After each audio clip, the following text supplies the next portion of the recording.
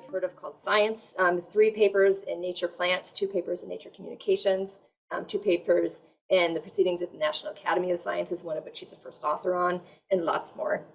She's received 6 awards for funding from the NSF, National Science Foundation, and is the lead on an international synthesis working group and a collaborator with Oak Ridge National Lab on climate change research. So this is a mid-career research award because while Dr. LaMontagne has done excellent work, she's clearly not done yet. So that's the bio, and I'm left wondering how. So she's teaching great research classes, she's teaching great classes, she's doing lots of service, she has a life full of things that she loves to do outside of work. So how is she being so productive with such great ideas? And I'm lucky because I think I have some insight here. So Jalene and my offices are right next to each other, and we started to a writing group in the before times, and this has continued during COVID as kind of co-working sessions over Zoom for the past couple of years. And over these many years, I think I've learned what makes her successful. It's that she values her work and she values who she does it with. So when I say she values her work, I mean it's in a couple different ways. The first is that she really likes asking questions and problem solving. She kind of geeks out over interesting ideas, and I think she likes fighting with R like a little bit. Her mumblings while she's working on stuff are probably more insightful than the words that I'm trying to formally write in a research paper. And more broadly, she's genuinely curious. And when you're curious, you don't let techniques or methodology limit you. She's been exploring genetics, satellite imagery, big data, and coding to answer the questions she's interested in. She does this because she finds value in the contributions of her work, because she values the process and the contributions. She thinks big, and this means she's thinking about how the patterns she's observing relate to climate change, or relate to how individuals interact with their environment. And she's not afraid of paradigm shifts. So while she values her work, she also values the people she works with. I mentioned all of these additional affiliations with other organizations in Chicago and leadership and collaborations in international and national working groups. So she's purposely surrounded herself with smart people that she can share ideas with in a synergistic way. She reaches out when there's a potential connection. I've heard her be brave and press send on that cold email. And then I've heard her be excited when she gets a positive response. She really values her colleagues and expects them to be as excited and generous with their work as she is. And she values her colleagues here. So I've been lucky to receive informal mentorship from Dr. LaMontagne, and I know others have as well. And critically, she values the trainees she works with in her lab. Undergrad and grad students are highly involved in all aspects of her research program in the lab and in the field, and she purposely includes mentorship in everything she does. Her lab seems like a genuinely happy place to be. Some of her students are here, and they can disprove or support my hypothesis there in the chat if she wants. And her lab, and excellent students are attracted to the lab. So because of this reciprocal investment, her students excel. They regularly present their findings at national and international conferences and are authors on publications. So she values the people she works with because that's what makes the valuable work possible. So I'll stop talking. I'll say thanks, Dr. LaMontagne. I'm taking notes as a scientist, and I'm really excited to hear about the work that you're doing today and in the future. So please all join me in welcoming Dr. Jalene LaMontagne. Thanks, Margaret. That was a really lovely introduction. I don't even know what to say. That was lovely. Thank you. Yeah, and thanks to all of you for being here, and certainly the recognition from the CSH Research Committee and the college.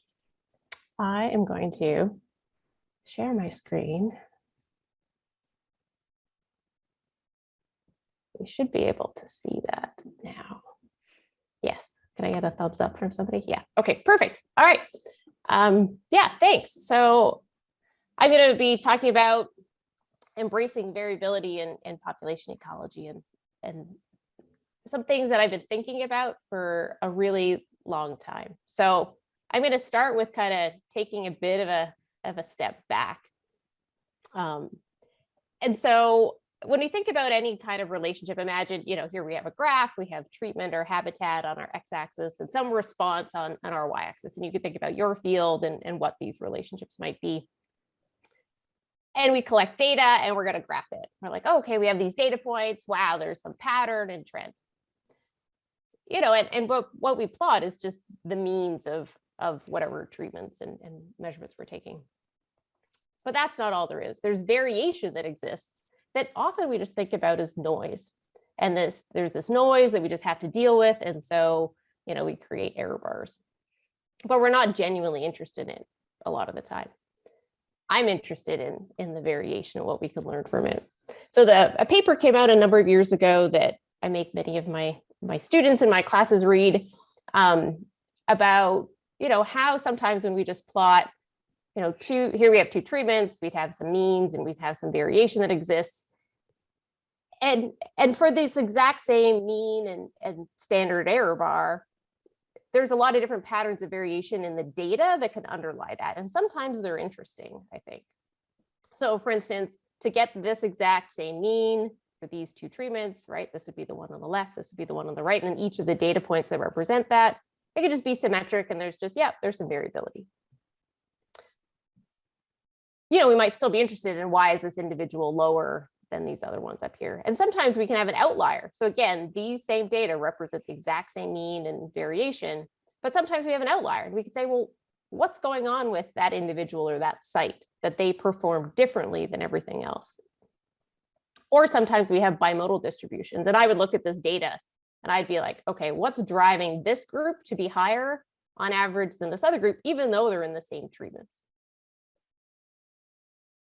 So when we think about this approach as variability is just being noise, in biology, we also have to consider that variation provides the raw material for natural selection, and that selection acts on individuals. And so a lot of my research is on this phenomenon of mass seeding, and I'll get more into it in a little while. But this picture I like because you could see some of these trees with all these brown cones on the top, and most of the trees in this picture have lots of brown cones on top. And I'll talk about why they might synchronously be doing that later. But there are some trees like this one right here that don't have very many cones at all. And so why is it different? And is that a good thing for that tree or not a good thing? So in my lab, there's some big questions and themes in ecology that we study. The first one is these ideas about ecological patterns and drivers across scales. So in my lab, we study anything from, individuals within sites to site scale, regional, continental, and actually some research that we do is also at a global scale as well. So we involve some big data. And then the second part is responsive ecological systems to global change. And so two big global change drivers, of course, are climate change and urbanization. And so I'm going to talk a little bit about three research areas in the lab. The first one is mass seeding, this idea where synchrony should be highly favored and individual variability had been largely ignored in this field altogether. That's what most of the talk's going to be about. Then I'm also going to talk about some of the climate change work that we do. And there's a range of predictions for how warming may impact tree reproduction. And then urban ecology. And often when we think about urban ecology, sometimes we just have this, we have to think about urban or natural, or urban and suburban. And I think about it as being much more complex than that. So mass seeding is defined as the synchronous production of highly variable seed crops by a population of perennial plants. And so this graph here is showing 29 years of data on the x-axis from 1988 to 2016. And this is the mean number of cones produced on a tree. So we're talking conifer trees and white spruce here in general. And what you'll notice in this pattern is typically there's low levels of reproduction on trees. This is just the average for the population. And every once in a while, they're producing massive, massive, massive amounts of cones.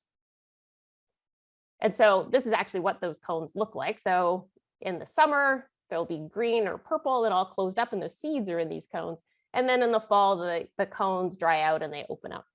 And actually last year in Chicago was a big mass year. And so if you walk around your neighborhood and you look at the tops of trees this year, they'll still have a bunch of those old cones that are left over. And when you think about this at a population scale, because most individuals in a population are doing the same thing, there could be so many cones produced on these trees that we can detect them from satellite imagery. And some collaborators and I wrote a paper about that last year.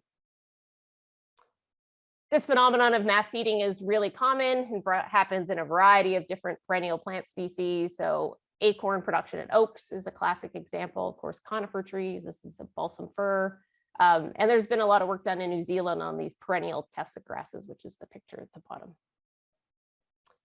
mass seeding occurs worldwide. So some collaborators and I, a number of years ago, compiled a global mass seeding data set with data from 6 different continents from 1900 up to 2014. And it's not a unique strategy. So we collected nearly 1,200 or 1,100 data sets, and there's a lot of variation that exists. So this is so I said that it's a highly temporally variable. And so if we take a data set, we have a number of years of data, we take the average of that, and we take the variation, the standard deviation, we can take a measurement called the coefficient of variation. So that's just the standard deviation divided by the mean. If it's a high number, much greater than 1, then we say it's highly variable reproduction. And if it's lower than 1, then it's not that variable. But one of the things to think about is there's lots of variability that occurs across these data sets. And if we take the 363 species and just what's the average for each species, there's a lot of variation that exists. So it's not just that species of plants are doing one particular thing. Why might we care about masting? If, some people like to think they don't care about trees, but they're really foundational to so many processes that impact ecosystems and people. So in the oak system, oak trees have mast production, and then increases in acorns will increase populations of white-footed mice and chipmunks, so small mammals, also deer, ticks, use them as hosts. And when there are more ticks, you will get more incidence of Lyme disease. So there's this cascading effect that happens.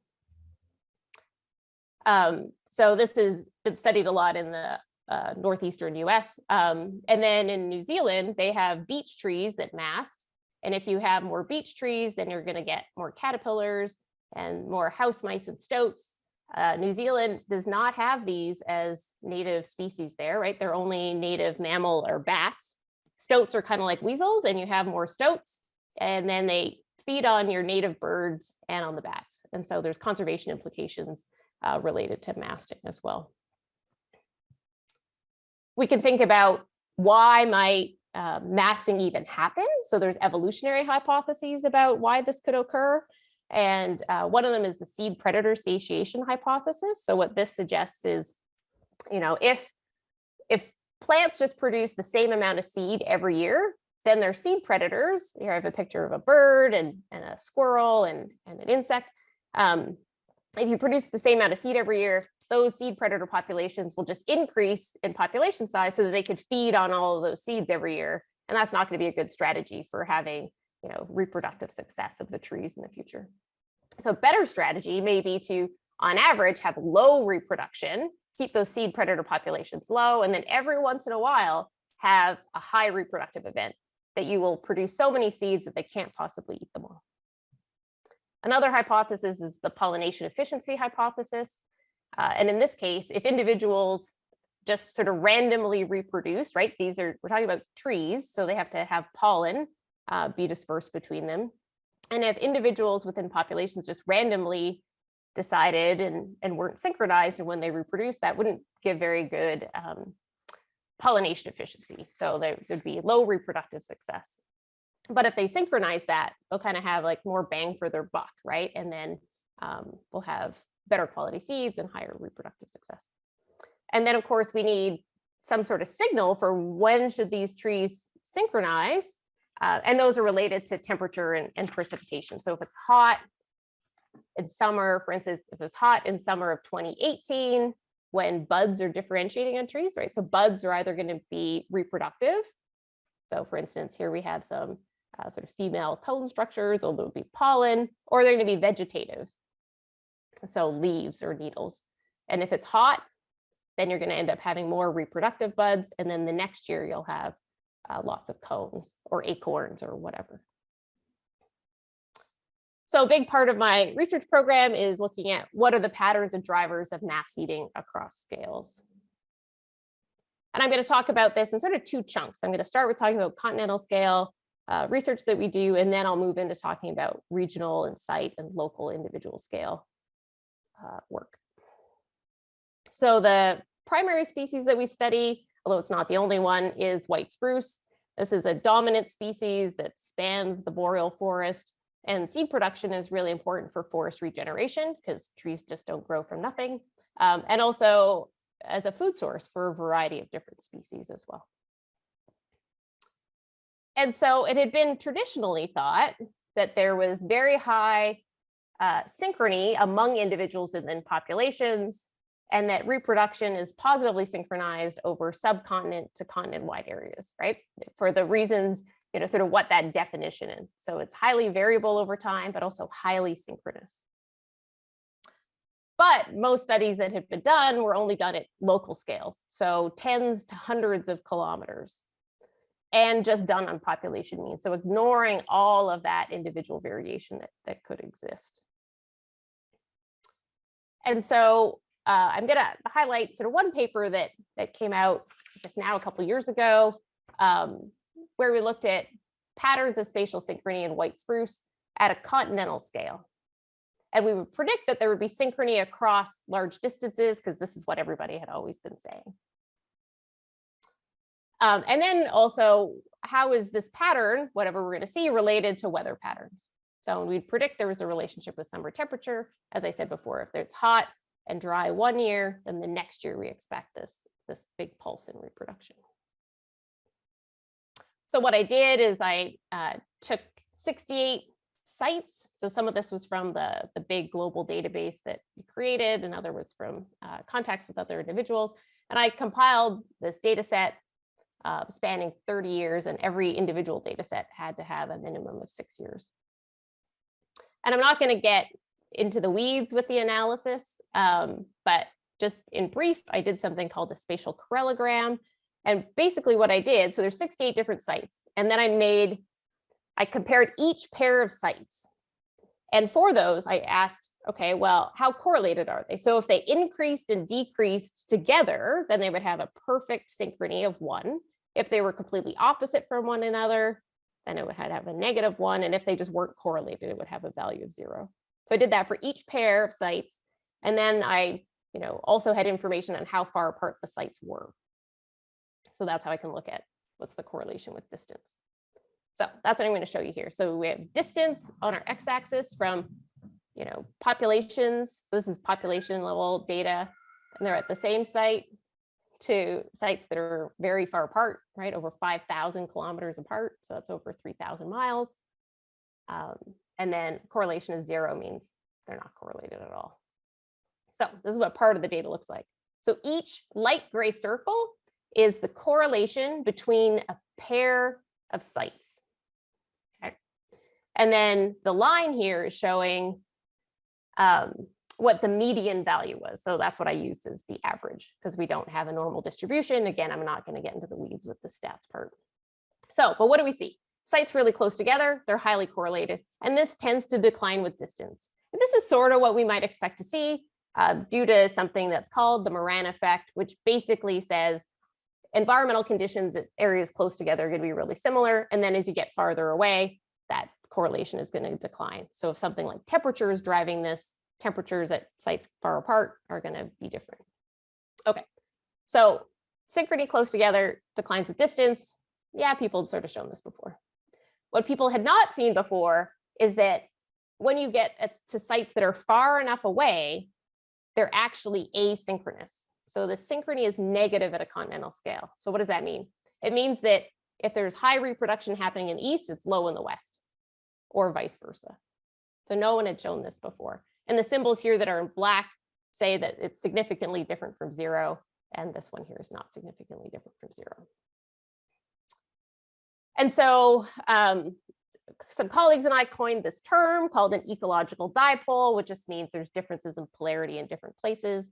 And to highlight this, what I'm showing you here, so we have years of data. This is standardized reproduction at the different sites. So they all range between 0 and 100. Yukon is in the west, Quebec is in the east, and this is all of the sites that are either in the Yukon or in Quebec. And the one thing that I want to point out is when there's high reproduction, it's not happening in the east and at the west at the same time. So that's why it's this dipole. If it's high in the east, it's low in the west. If it's low in the west, it's high in the east. And we found that this is related to temperature. So there's something that's already known called a climate dipole. So when you're really far apart, it's different. And that's probably what's driving this, what we're seeing in masting. And precipitation is not driving it. It's more closely related to temperature. So, okay, so we looked at all that. And then I wanted to look at these like high boom years or mast years in reproduction. And so what I did is for each year, I said, was it a mast year or not? And back when I was a PhD student, I developed a method in order to classify that because people were just kind of eyeballing it. And I didn't think that that was very good. So anyway, so it has to do with what the mean is and then how much variability sort of exists around that mean generally, how much variation there is below it. And then I say, well, we can put that above it. And then everything that's more extreme than that we'll call one of these large reproductive mast events. So I did that for all the data. So now I have a binary variable, was it a mast event or not?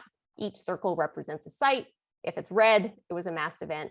If it's gray, there is not. So you see it's sort of clustering up in Yukon and Alaska. In 2005 and 2006, really high synchrony out here in the east. So it was masting, and out in the west, it was not. And then this is just the rest of the data. And you'll see that, you know, oh, and one thing is if it masts one year, the trees don't have the resources to do it again the next year. So that's also a factor at play. But often we see that there's this clumping that tends to happen. And I wanted to know, well, how is this related to temperature conditions? There's this hypothesis that had been proposed called the delta T, which is basically if it's hot in 2004, so we're going to end up talking about 2005 masting. So if it's hot the year before that, relative to 2 years before that, then that could promote higher levels of reproduction. So we'll see here that in Alaska, it was really hot in 2004 compared to 2003. So red means hotter, purple means colder, and that's where we see these masting events. And I'm not going to do each year of these. But to illustrate this next one, because this is what we would call a really strong climate dipole, right? So just these two areas are very, very different. In 2005, it was much hotter than it was in 2004 in the east. And in the west, it was much cooler. And where it was hot in the east, we're seeing these high reproductive events. And it almost got to the point where I could create these maps. And I think Margaret was there. And I would create the map of temperature. And then I would look at the other map. And I was like, oh my God, this is happening. Like you could just predict it. It was pretty amazing. So work that had been done quite a while ago had linked climate dipoles to boreal bird eruptions. If you have a bird feeder, these eruptive events are when birds are showing up sort of en masse at people's bird feeders in winter outside of their normal range. And boreal birds do this. You'll notice all of these birds, except for one, and this was actually not compiled by me. So this was compiled by a colleague who's a birder, are standing on conifer trees. And so, you know, birds have been shown to do this, and it had been thought that the connection was masting, but they hadn't made that connection before. And so we think that mass seeding is this missing link. And so this is pine siskin, just one species of bird that has been shown to also have one of these ecological dipoles. So where the birds are showing up at people's bird feeders en masse in the east, but not in the west. And we think it's all linked to masting. So some current research that I'm doing with support from NSF is linking these climate dipoles with plant and animal population dynamics. So climate dipoles have been shown. I've shown that they show up in mass eating patterns of conifer trees. My colleagues have shown it in birds, but there's a lot of other species out there that rely on seeds and will be impacted by a dipole. So we're using data from the NEON, so it's the National Ecological Observatory Network, and they collect standardized data at sites across the United States.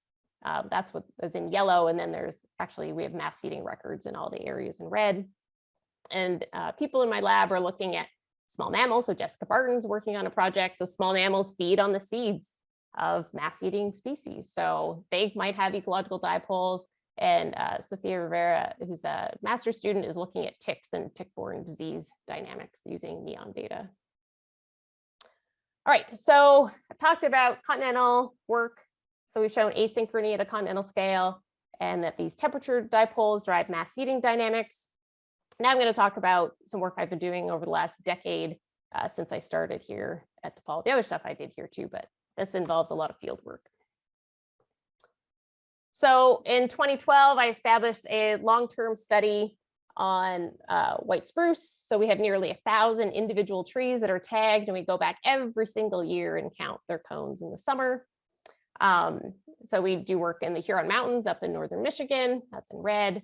At the Kemp, we're based at the Kemp Natural Resources Station. That's a University of Wisconsin-Madison field site in northern Wisconsin, up near Woodruff, if you know the area, and then also in Cloquet in northern Minnesota. And so we have 18 different sites spanning about 400 kilometers and a range of trees per site.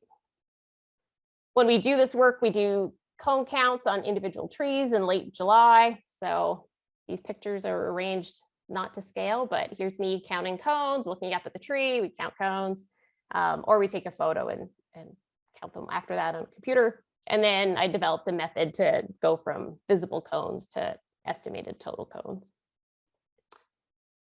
And I'm going to talk about just 2 of these areas, and I'm only actually going to show 3 years of data because it will illustrate the point I want to make without overwhelming the screen with data. So, and we're going to talk about this at different scales. So 3 years of data, Huron, which is in Michigan, Kemp, which is in Wisconsin, mean cones per tree. And what we see is there is synchrony at the regional scale. There's differences in the magnitude, but we expect that there's going to be site level differences in productivity. So I'm not concerned about that. But if we just looked at the average reproduction, it's synchronous. So let's see what happens if we look at this a little bit more in detail, right? As I said before, the thoughts in the past have been just to focus on means. So if we look just in the Huron Mountains, 6 sites separated by about 5 kilometers, so 3 miles, and the correlation across them is about 0. We have 4 of the 6 sites peaked in 2013, and 2 of them were really low. So if we go from what did we see at the regional scale, it was a peak in 2013. Now, if you look at the data that actually contribute to that, there's variation. And now let's look within sites. So let's look at one of these sites that had this increase. Now we're going to look at each of the individual trees that were in there. And what we find is each line here is an individual tree. And while most trees have this peak of reproduction in 2013, there's actually about 20% of the trees that had their lowest reproduction of these 3 years happening then. And these sites are not particularly big, maybe a few hundred meters. And if we look at this one site that had low reproduction in 2013, we see there too that while most trees did that, about 20% of the trees again had high reproduction. So on average, the population, the mean reproduction was about 1,000, but most trees were almost at 0. And yet we have some trees producing 5,000, 10,000, 25,000 cones. And if we think about that from an evolutionary perspective, there should be strong consequences for that. And that's also what I'm interested in. Well, what causes this variation and what are the consequences of it? And so this is just showing a graph of cones per basal area. So we know big trees can produce more cones just because they're bigger. So we want to standardize that by dividing by that basal area, which is just, you take the diameter of the tree and calculate area. And then on the y-axis here is coefficient of variation. And I said that before, that higher numbers mean that there's more variability. And so this is for individual trees, but I showed you earlier this other figure that said for 363 species, there's a big range of variation. And what we see is across individuals, basically within the same general site, there's as much variation across individuals as there is across species. And so why does this happen? So we've looked at local soil nutrients. I'm going to share a little bit about that. Right now, we're looking at relatedness. So are individuals who are more genetically related to each other, more similar in their patterns of reproduction? And then what are the consequences of this variation? So some people have done work in the past where they experimentally add a whole bunch of nutrients to the soil. And they, with the idea that if you add more nutrients, then the plants and the trees that were there should have higher average reproduction and decreased variability, because they're in a very, they should be like happy trees in terms of the resources that they have. And so we tested this in natural conditions. So we took 110 of our trees that we studied, and we got these soil nutrient probes, and we put them around each of these trees. You leave them out for 6 weeks, and they have a resin on them that basically simulates nutrient uptake from trees. And then we can say, okay, well, we have the data on tree reproduction and variability. And so what's the relationship? And so what this graph is the natural log of total nitrogen on the x-axis, and then the coefficient of variation for each individual tree on the y-axis. And we found, oh, look, no relationship. So there's no relationship when we did this. And we did have a lot of variation. It was about 366 times, the lowest value to the highest value. So there was a lot of variation. And so we potentially think that experimentally that, if you are just throwing a ton of nutrients at something, you might have a short-term response, but these are trees in their natural environment. We found that that's not explaining the variability that we see. A former grad student looked at, we know that there's this asynchrony that exists. Is there any benefit of having low reproduction during a high mast event year? And so spruce budworm, here's a spruce budworm casing on this tree, is in the stage when it feeds on the trees, it's going to be like a caterpillar. And here's 2 trees that are our study trees. This photo was taken in 2019. They're about the same size. They're right beside each other. This tree is dead on the left. This tree on the right is alive. And this tree on the left was defoliated, so it had all its needles eaten by spruce budworm. And Abby did a bunch of work looking at, obviously tree cores and a bunch of other things. But one of the things that she did is look to see, is there a relationship between reproduction in 2013, which was that large reproduction year, and if the tree was dead or alive in 2019. And so each of the symbols here is an individual tree, and then this is the median. And what we found on average is that trees that were alive 6 years after this mast event, and then actually the spruce budworm showed up, we noticed the initial defoliation the following year. So trees that produced fewer cones during that mast event were more likely to be alive 6 years later, which is completely counter to this idea that all trees should just do the same thing and reproduce because that's the best thing for them to do. I also had an undergraduate student working in the lab, and he was looking at differential tree mortality related to spruce budworm. So Christian was funded through the National Science Foundation Research Experience for Undergraduates program. And at these field sites that we have, I noticed that we have both balsam fir trees and white spruce.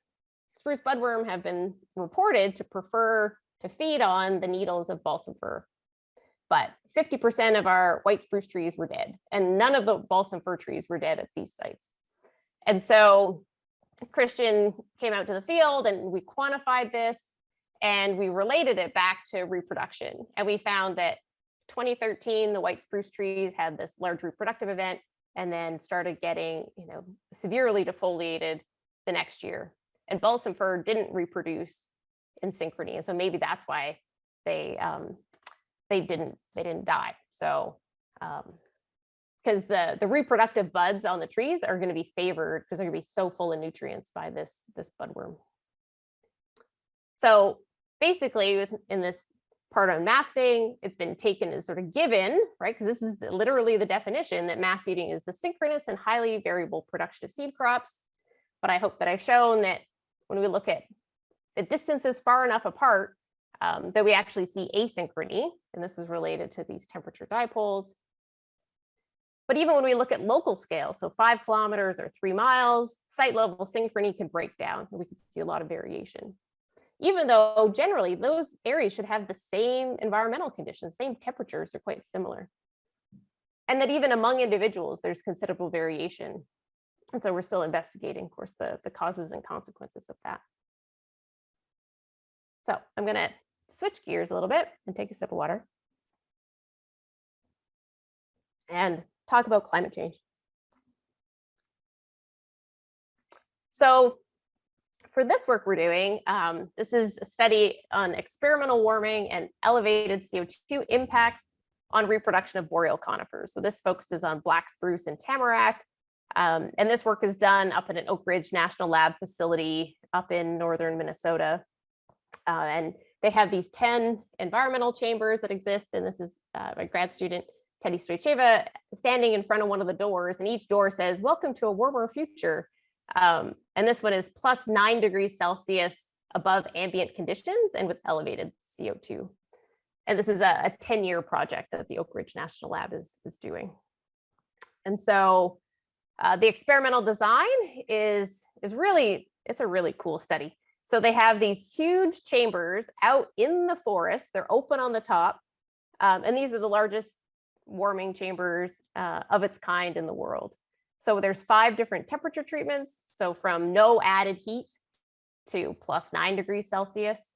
And then there's either ambient CO2 or elevated CO2. So elevated CO2 is, you know, about or a little over double what the ambient CO2 is. So it adds in 500 parts per million. And so when we do this work, we're looking at, you know, we go out and count cones and use a lot of the same methodologies that I've already developed. So what's the prevalence of reproduction? Like what proportion of trees are reproducing? What's the quantity of cone production? And actually the grad student in my lab, Teddy, she's also looking at characteristics of cones and seeds as well. So for the last 5 years, we've been going out and doing these cone counts on black spruce and on tamarack. Tamarack can produce thousands and thousands and thousands of cones. So we have a couple different methods we use for them.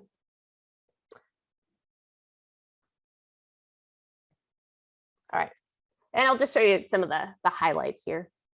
So for black spruce, we have these 2 different CO2 conditions, ambient and elevated CO2. And actually other studies too have done things with adding CO2, but we also have the temperature component here. And so this is what makes the spruce experiment so unique. So we have the ambient elevated CO2 and then 5 different temperature treatments.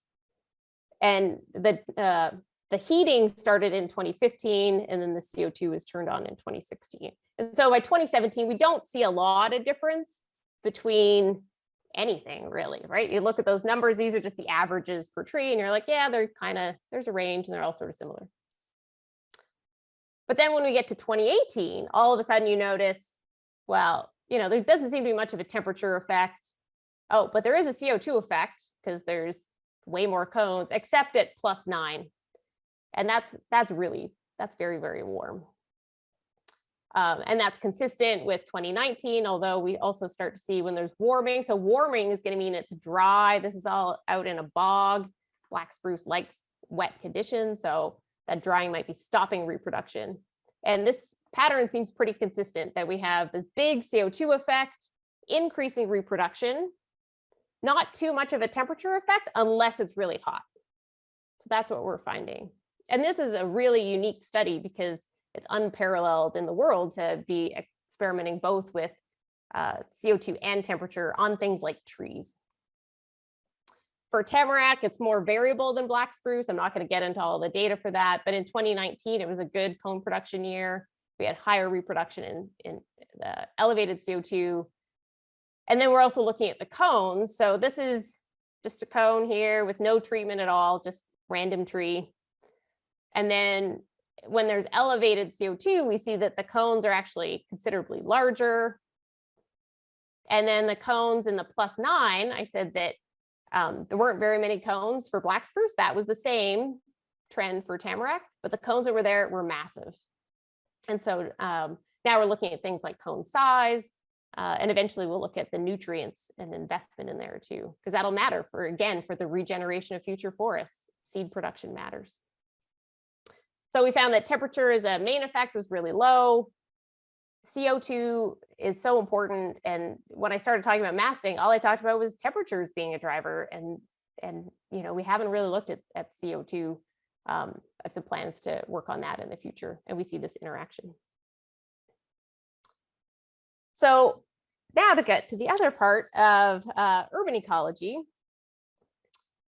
and some of the highlights there. And so I mentioned at the beginning that, you know, sometimes when folks look at urban versus rural or urban versus natural, there's this really just dichotomy that exists, or as a gradient. And I don't view it as a gradient either. I think it's a mosaic where you have this urban area and then you have parks sort of scattered throughout, and other park-like areas like cemeteries. I'm going to talk a little bit about that. You have residential areas. We also have forest preserves. So there's a lot of different things that happen in cities. And so one of the projects that we did was we looked at tree cavity availability. So tree cavities can be made by woodpeckers, or they can be created by natural decay that happens. And we compared forest preserves, city parks, and residential areas. And they follow generally some gradient of forest preserves, low maintenance. We found many tree cavities. Residential areas, people care if a branch of a tree is going to fall off and, you know, hit them or their car. So there's very high tree maintenance and there's very few tree cavities. And then we did a follow-up study, and this was just kind of a fun lab project that we did. So it's me and everyone else on here was a student at the time, that we looked at tree cavity availability in cemeteries and city parks. And so actually here's a picture of, this is a woodpecker made cavity. So another thing you can do when you're walking down your street is you can look for conifer trees, and if there's cones at the top of them, and if it's a deciduous tree, look for dead branches, and then if there's a cavity on them. And you'll see lots of these things. This is what I do when I go for walks outside. I'm a nerd. Anyway, so woodpecker cavities are nice and round like this. And then, you know, there's also just going to be natural cavities that occur. So this could have been like, you know, there was some maintenance that happened, or the branch broke off and then just fungus gets in there and decay happens. And we were interested in cemeteries versus city parks because when you look at them, in some ways they're pretty similar, right? They're sort of trees that could be scattered kind of throughout, but they're spaced apart. There's usually grass and so on. And in Chicago, they're about the same. They were established at about the same time. Of course, cemeteries have less active human activity and parks have more activity. And they're managed by different groups. So Chicago Park District obviously does the parks, whereas archdiocese, associations, and private companies do the work in the cemeteries. So decay class is going to be one thing that matters here. We classified trees as if they were like just pristine and alive versus do they have some dead part, lots of dead, and then, oh look, here's a red-headed woodpecker on a tree. So this would be a snag. It doesn't have any branches, and you can see that woodpecker cavity. In cemeteries, we found that there was more levels of tree decay than there were in parks. So again, there were no decay class 3 trees in parks at all, which look like this. But we did have them in cemeteries. And again, there's this, you know, not very many just perfectly healthy trees in cemeteries, but there were some. And when we looked at cemeteries and city parks, so we had 10 of each type, and the total number of cavities were about the same. And in cemeteries and parks, you know, the natural cavities were similar in number. However, we found that in cemeteries, there were more excavated cavities, which means made by woodpeckers, than there were in parks. So that's one thing that we thought was interesting. And also notice there's a huge amount of variation in the cemeteries compared to the parks.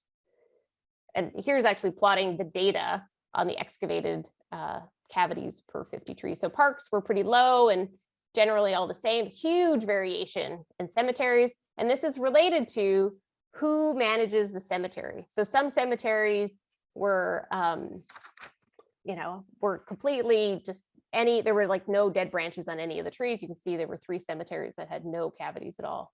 And whereas other cemeteries, there was, you know, not as much management, and therefore it was much better for wildlife. So that's one of the key things is, you know, we can have these habitats that exist in cities and we say that they're good for wildlife, but how they are managed really matters. And something like tree cavities are so important because, you know, there's very few species that can create tree cavities, but there's so many different species of wildlife that use them. So some of the work that we're doing now is we're we did a study back in 2013, 2014. We collected data on tree cavity availability across cities. Now a grad student, David, has gone back and revisited all of those same sites to see how they changed over the last 7 years, right? Emerald ash borers come in, and things like that. And natural processes, other natural processes happen too. And also looking at cavity availability and trends and dynamics of cavity nesting birds. So just to sort of sum up sort of my perspective and how I think about my career and the research that we do is, I think that variation and asynchrony can be more than just noise, that, variation exists across regions, sites, and individuals, and that it can be considerable. And this can give us insight into ecological phenomenon. There's lots of interesting questions we can ask about why are those patterns of variability existing and what drives them. And this can give us information about ways that we can manage habitat. And while today I've just talked about some of the research we're doing now, this sort of strip across the bottom actually include a breadth of the different species that I've worked on and continue to work on, and I'm interested in adding more species to this list as time goes on. And so I'd just like to acknowledge all of the wonderful students that I've had the opportunity to work with over the years, and a bunch of organizations and funding sources as well. And thank you for the attention. I'd be happy to take some questions.